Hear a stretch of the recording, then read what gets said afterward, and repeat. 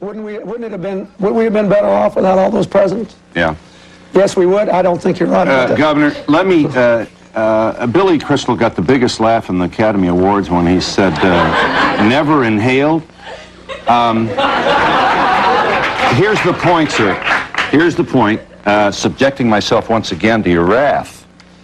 I won't give you any wrath about that. The preponderance of the evidence regarding the responses that you've made to the so-called Scandal a Week information that has come out since this campaign began is that you do say things in response to many of these charges that are not believable. Anna Quindlen in this morning's New York Times likens trying marijuana but not inhaling it to trying beer but not swallowing it. Well, the point here is, the point, Governor, is... That's not true. Let me I'll explain it. See, but that's because all of you now think your moral duty is to try to take whatever I say and twist it into the worst possible way. I didn't say I didn't try. But you said you didn't inhale it. I didn't. I tried. I had never smoked a cigarette in my life. I've still never smoked a cigarette in my life. I tried to do it. I didn't. The difference between you and me is that I didn't sit there and calculate that. That woman was the first person that ever asked me the direct question, that I could recall anyway, about when I was overseas. So I said I tried it a couple of times in England. I never smoked a cigarette. I had difficulty doing that. It didn't do anything for me, and I'd always been a control freak because I grew up in an alcoholic family, which I told everybody.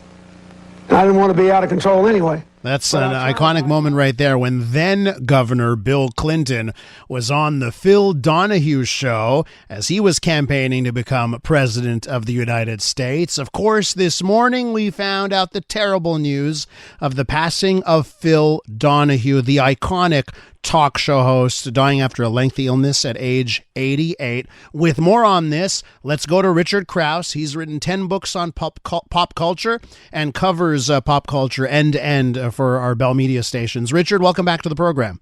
Thanks for having me. I should note right off the bat, you tweeted something out this morning, a photo of you and Phil Donahue. You have a connection with Phil. You've got a story about Phil Donahue. Let's start off with that. Well, it's a quick one. I mean, I grew up watching Phil Donahue on television, and, you know, he was on, mostly during the summers, I could see the shows because I wasn't in school, but he was on in the afternoon, and when I could, I watched, and I was fascinated by the show because it felt different than everything else that was on television.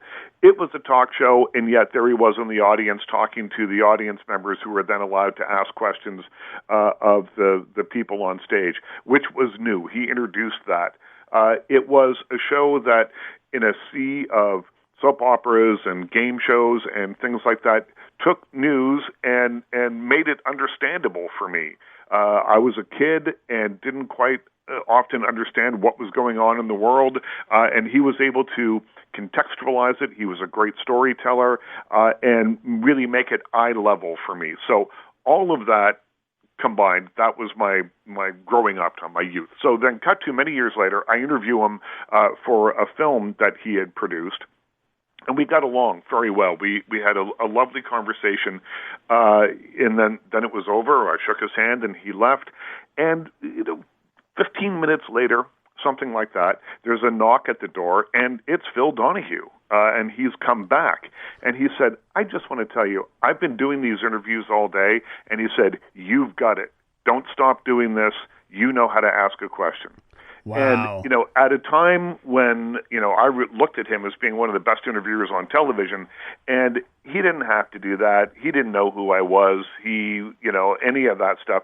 And he took the time to come back and do that. And I think that speaks to the character of the man, to what a gracious, everyman kind of quality that he had. And I still think of that moment often. What a terrific story that you'll be able to tell people forever, right? That interaction. I think it. The other stories I've heard about Phil Donahue is about just what a kind person he was. Let's talk a bit though about the on-air product, and boy, did he ever revolutionize the sort of daytime talk show. Why don't we make the case here about how much he changed talk shows, and without Phil, what else we don't get?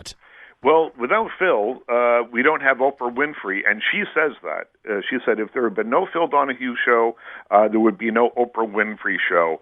There would probably be no, Geraldo Rivera show, Sally Jesse Raphael, Ricky Lake, Montel Williams. It goes on and on and on, because he took a form that didn't really exist in the afternoon. There were interviews on the morning shows, there were late-night television shows, but the afternoon was kind of considered the domain, as I said earlier, of soap operas and game shows and that kind of thing. Mm-hmm. And then in 1967, he launches this show, and it's actually tackling current events in a way that is interesting, in a way that is eye-level, in a way that is, making these news stories, I think, really come to life. And Oprah Winfrey continued to say he was the first to acknowledge that women, who were the primary target of the programming in those days, in the afternoons, are interested in more than mascara tips and cake recipes, that we're intelligent, we're concerned about the world around us, and we want the best possible lives for ourselves. And he was a news person at heart, but who understood popular culture. He understood how to be a showman. He was quite theatrical, running in and out of the audience. That had never really been done before on a television show like this. And I think that while he may not have been on television for some time now, he, as we just heard, passed away at age 88, he hasn't been on TV for a long time. His presence is still felt every afternoon, and his influence is still felt every afternoon when you turn on the television. I'm floored that the show started in 1967. I remember him from the 1990s, right? It went on for 29 years, right. And then he took a break, and then he came back with another sort of revamped version of it, which was just more of a straight-ahead interview show.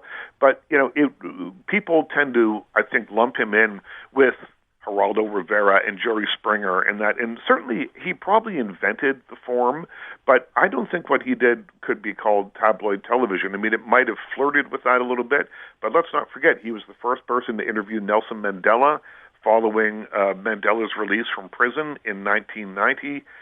He did not shy away from controversial topics, like he took viewers behind the bars of the Ohio State Penitentiary in 1971 for a week of shows, and just did things that other people simply hadn't done on television before. He was a real pioneer, and someone who, started something, and it morphed and changed and shifted, but certainly his influence hangs heavy over daytime television. And certainly if we just go to the clip that we played off the top, right, then Governor Clinton, making the decision, his campaign team making the decision, hey, you're running for president, the place to go to reach people that need to vote for you, go on the Donahue Show. I think that speaks volumes about his power, his reach at the time. Yeah, go on the Donahue Show and potentially be asked very difficult questions.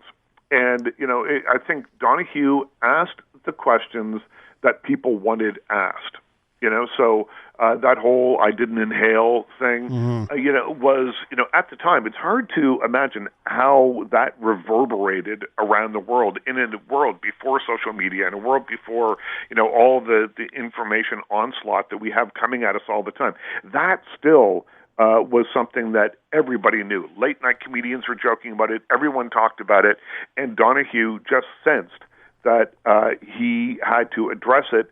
And we saw, fairly persistently in that interview, address it and actually get a real answer out of Clinton, not just, I didn't inhale because I didn't like doing it. No, you dig deeper and you get the story about alcohol abuse in his early life, in his family, and why he likes to be in control. And that's the gold. When you're an interviewer, that's what you want to get. And that's the thing, right? That's the tricky thing, that you want to press people, but you want to press them in the way that the next time you want them on the show, they still want to come on. And that's, he was likable. Yeah, that's it. He was likable. And he probably, in terms of that line of questioning, cleared up something that needed clearing up for Clinton, and did it in a way that didn't make it look like Clinton was rolling over. And that was a fascinating exchange. As an interviewer, as someone who interviews people, I love listening to that kind of thing because that was a masterclass right there. Richard, thanks for taking the time for us. I'll direct everyone to your Twitter, your X, at Richard Crouse, where they can see the photo of you